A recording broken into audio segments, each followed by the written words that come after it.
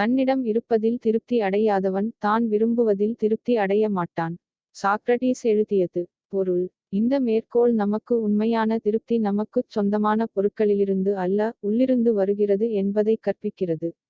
ஒருவர் எப்போதும் அதிருப்தி அடைந்து தொடர்ந்து அதிகமாக விரும்பினால் அவர்கள் கனவு கண்டதை பெற்ற பிறகும் அவர்கள் இன்னும் மகிழ்ச்சியற்றவர்களாக இருப்பார்கள். பேராசை ஒருபோதும் முடிவடையாது. இன்று நன்றியுணர்வு இல்லாத இதயம் நாளை எவ்வளவு பெற்றாலும் திருப்தி அடையாது. திருப்தி என்பது ஒரு மனநிலை, உடைமைகளின் தொகுப்பு அல்ல. கதை: ராஜாவும் விவசாயியும். ஒரு காலத்தில் ஒரு வலிமைமிக்க ராஜா தங்கம், நகைகள் மற்றும் வேலையாட்களால் நிரப்பப்பட்ட ஒரு பெரிய அரண்மனையில் வாழ்ந்தார். ஆனாலும் அவரால் நிம்மதியாக தூங்க முடியவில்லை. ஒவ்வொரு இரவும் அவர் தனது செல்வத்தை இழப்பதைப் பற்றி கவலைப்பட்டு விழித்திருந்தார். ஒரு நாள் மாலை, நீண்ட நாள் வேலைக்குப் பிறகு வீடு திரும்பும்போது ஒரு விவசாயி மகிழ்ச்சியுடன் பாடுவதைக் கேட்டார்.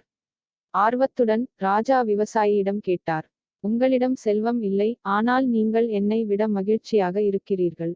உங்கள் ரகசியம் என்ன? விவசாயி சிரித்துக் கொண்டே பதிலளித்தார், இன்றைக்கு எனக்கு போதுமான உணவு, அன்பான குடும்பம், நாளை வேலை செய்ய வலிமை இருக்கிறது. நன்றியுள்ள இதயத்துடன் நான் தூங்குகிறேன். அதிகமான உடைமைகள் விவசாயியை இன்னும் மகிழ்ச்சியாக மாற்றும் என்று ராஜா நினைத்தார். எனவே அவர் விவசாயிக்கு ஒரு பை நிறைய தங்கத்தை பரிசாக வழங்கினார்.